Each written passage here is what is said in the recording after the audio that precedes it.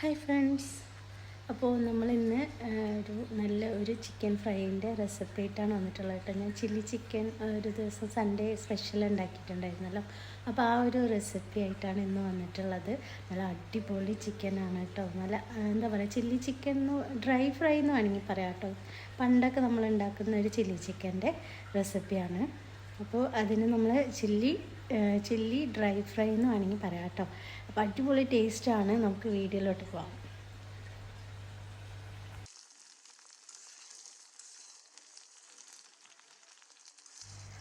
അപ്പോൾ ഇതാണ് നമ്മൾ ഇന്ന് ഉണ്ടാക്കിയിട്ടുള്ള ചില്ലി ചിക്കൻ കേട്ടോ. ഇത് പണ്ടൊക്കെ നമ്മൾ ഈ ഒരു രീതിയിലാണ് ചില്ലി ചിക്കൻ ഉണ്ടാക്കുന്നത്. ഇപ്പോഴാണെങ്കിൽ കുറേ മോഡിഫിക്കേഷനൊക്കെ ഉണ്ടല്ലേ. അപ്പോൾ ഇത് നമ്മൾ ചില്ലി ചിക്കന് വേണ്ടിയിട്ട് ഇതുപോലെ ചെറിയ കഷ്ണങ്ങളായിട്ടാണ് ചിക്കൻ എടുത്തിട്ടുള്ളത്. ഇതിൽ മാക്സിമം ബോൺലെസ് പീസാണ് ഉള്ളത് കേട്ടോ. ചെറിയ ചെറിയ ചില പീസസ് മാത്രമേ ചെറിയ ചെറിയ ബോണായിട്ടുള്ളൂ. മാക്സിമം നമ്മൾ ബോൺലെസ് ആയിട്ടാണ് എടുത്തിട്ടുള്ളത് കേട്ടോ. അപ്പോൾ ചിക്കൻ ഇത് നന്നായിട്ട് വാഷ് ചെയ്തിട്ട് വെള്ളമൊക്കെ നന്നായിട്ട് എന്താ പറയുക വാർന്ന് വരുന്നതിന് വേണ്ടിയിട്ട് വാഷ് ചെയ്ത് വെച്ചിട്ടുണ്ട്. ഇനി നമുക്കിതിലേക്കുള്ള മസാല റെഡിയാക്കി എടുക്കാം. അപ്പോൾ മസാല റെഡിയാക്കാനായിട്ടൊരു ബൗൾ എടുത്ത് വെച്ചിട്ടുണ്ട്. ഇനി നമുക്കിതിലേക്ക് മുളക് പൊടി ചേർത്ത് കൊടുക്കാം കേട്ടോ. ആദ്യം തന്നെ കുറച്ച് ഒരു 3 ടീസ്പൂണോളം മുളക് പൊടി ഞാൻ എടുക്കുന്നുണ്ട്. കാശ്മീരി റെഡ് ചില്ലിയാണ്, അതുകൊണ്ട് തന്നെ ഞാൻ കുറച്ച് കൂടുതൽ ഇടുന്നുണ്ട് കേട്ടോ. 3 ടീസ്പൂൺ ഇടുന്നുണ്ട്. എരിവ് കുറച്ച് കുറവാണ്. 1/2 ടീസ്പൂണ് മഞ്ഞൾപ്പൊടി ചേർത്ത് കൊടുക്കുന്നുണ്ട്. ഇനി ഇതിലേക്ക് നമ്മൾ ചേർക്കുന്നത് പെരിഞ്ജീരകത്തിൻ്റെ പൗഡറാണ് കേട്ടോ. അപ്പോൾ ഇതൊരു 1/4 ടീസ്പൂണൊക്കെ നമുക്ക് ചേർത്ത് കൊടുക്കാം. ഗരം മസാല അതുപോലെ തന്നെ ഒരു 1/4 ടീസ്പൂൺ മാത്രമേ നമ്മൾ ചേർക്കുന്നുള്ളൂ കേട്ടോ. അപ്പോൾ ഞാനിതാ ഒരു 3 സ്പൂണ് കോൺഫ്ലവർ ചേർത്തിട്ടുണ്ട്. ഇത് മൊത്തത്തിൽ 2 ടേബിൾ സ്പൂൺ ഉണ്ടാവും കേട്ടോ. 3 സ്പൂണ് ഇതിൽ ചേർക്കുമ്പോൾ 2 ടേബിൾ സ്പൂണ് കോൺഫ്ലവർ ഉണ്ടാവും. ഇനി നമുക്കിതിലേക്ക് ഇഞ്ചി വെളുത്തുള്ളി പേസ്റ്റാണ് ചേർക്കുന്നത്. അപ്പോൾ ഞാനിതാ ഒരു ടീസ്പൂണ് നിറച്ചും ഇഞ്ചി വെളുത്തുള്ളി പേസ്റ്റ് ചേർക്കുന്നുണ്ട്. അപ്പോൾ നമ്മൾ മൊത്തത്തിൽ ഇത് അരച്ച് വെക്കുന്ന പേസ്റ്റാണ് കേട്ടോ. അപ്പോൾ അതിനകത്ത് ഞാനൊരു 1-2 പച്ചമുളകും കൂടെ ചേർത്തിട്ടാണ് അരച്ച് വെച്ചിട്ടുള്ളത് കേട്ടോ. അപ്പോൾ ഇതിൽ കുറച്ച് പച്ചമുളകിൻ്റെ അംശം കൂടെ ഉണ്ട് കേട്ടോ. ഇനി ഇതിലേക്ക് ചേർക്കാനുള്ളത് ഉപ്പാണ്. ഉപ്പ് ചേർത്ത് കൊടുക്കാം. അപ്പോൾ അതിന് മുമ്പായിട്ട് ലെമൺ ജ്യൂസും കൂടെ ചേർത്ത് കൊടുക്കണം കേട്ടോ. അപ്പോൾ എന്തായാലും ഉപ്പ് ഞാനിവിടെ ചേർക്കുന്നുണ്ട്. ഒരു 1.5 ടീസ്പൂൺ ഉപ്പ് ചേർക്കുന്നുണ്ട്. നമുക്ക് ആവശ്യമെങ്കിൽ പിന്നെ വേണമെങ്കിൽ ചേർത്ത് കൊടുക്കാം കേട്ടോ. ലെമണൊക്കെ ചേർത്ത് വരുമ്പോൾ ചിലപ്പോൾ ഉപ്പ് കുറച്ചും കൂടെ ആവശ്യമായിട്ട് വരും. അപ്പോൾ എന്തായാലും അത് നോക്കിയിട്ട് നമുക്ക് വേണമെങ്കിൽ ചേർക്കാം. അപ്പോൾ നമ്മളിന്നിവിടെ എടുത്തിട്ടുള്ള ചിക്കൻ്റെ അളവെന്ന് പറഞ്ഞാൽ ഒരു 750 ഗ്രാം ഉണ്ടാവും കേട്ടോ. കറക്റ്റായിട്ട് അറിയില്ല. ഞാനൊരു കൈ അളവ് വെച്ചിട്ടാണ് നമ്മൾ ഈ മസാലയൊക്കെ നമ്മൾ ചേർത്തിട്ടുള്ളത് കേട്ടോ. അപ്പോൾ ഞാനിതാ ഇതിലേക്ക് നാരങ്ങ പിഴിഞ്ഞൊഴിക്കുകയാണ്. ഒരു നാരങ്ങ പിഴിഞ്ഞൊഴിക്കാം കേട്ടോ.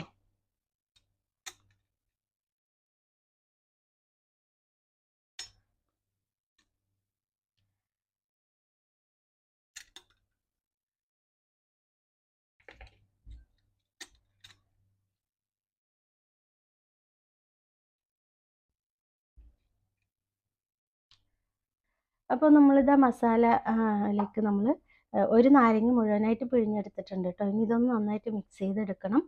അപ്പോൾ കൈവച്ച് നന്നായിട്ട് കുഴച്ചെടുക്കണം കേട്ടോ. അപ്പോൾ ഞാനിതിപ്പോൾ തൽക്കാലം ഒരു സ്പൂൺ വെച്ചിട്ട് മിക്സ് ചെയ്യാണ്. ഇനി ഇതിലേക്ക് ഞാനൊരല്പം വെളിച്ചെണ്ണ ഒഴിച്ച് കൊടുക്കുന്നുണ്ട്. കുറച്ച് മാത്രം, ഒരു ടീസ്പൂൺ അളവിന് ഒഴിച്ചാൽ മതിയാവും കേട്ടോ.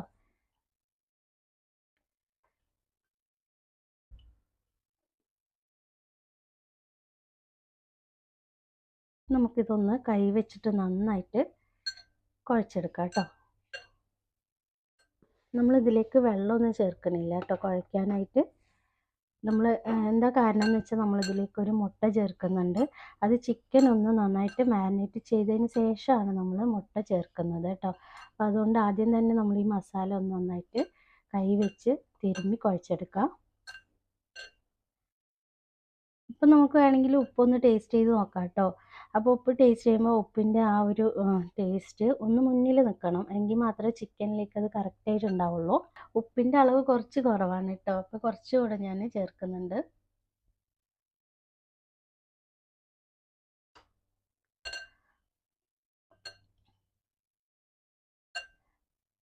ഇനി നമുക്ക് ചിക്കൻ ഇതിലേക്ക് ചേർത്ത് കൊടുക്കാം കേട്ടോ.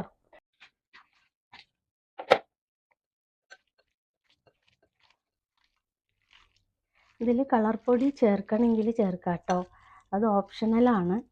കളർ പൊടി എന്താ പറയുക, ആ ഒരു റെഡ് കളർ നമ്മൾ റെസ്റ്റോറൻറ്റിൽ നിന്നെല്ലാം കിട്ടുന്ന ആ ചിക്കൻ്റെ ആ ഒരു കളർ കിട്ടണം എന്നുണ്ടെങ്കിൽ ഒരല്പം ഫുഡ് കളർ ആഡ് ചെയ്യാം നമുക്ക് വേണമെങ്കിൽ കേട്ടോ, അത് തീർത്തും ഓപ്ഷണലാണ്.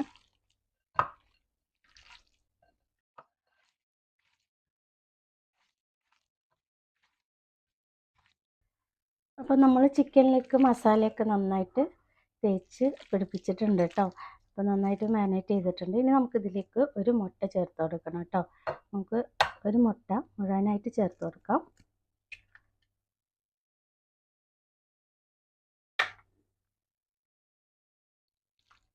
നന്നായിട്ടൊന്ന് മിക്സ് ചെയ്തെടുക്കാം.